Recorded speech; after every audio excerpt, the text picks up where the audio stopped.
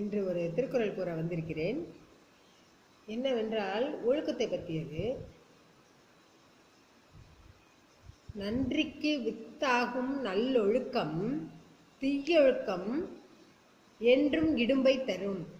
நன்றிக்கு வித்தாகும் நல்லொழுக்கம் தீயொழுக்கம் என்றும் இடும்பை தரும். அப்படின்னா என்ன சொல்றோம், நல்ல ஒழுக்கமான செயல்கள் செய்கிற ஒழுக்கமான செயல்களை செய்பவர்கள் நல்ல விதைகளை விதைப்பதற்கு சமமானவர்கள்.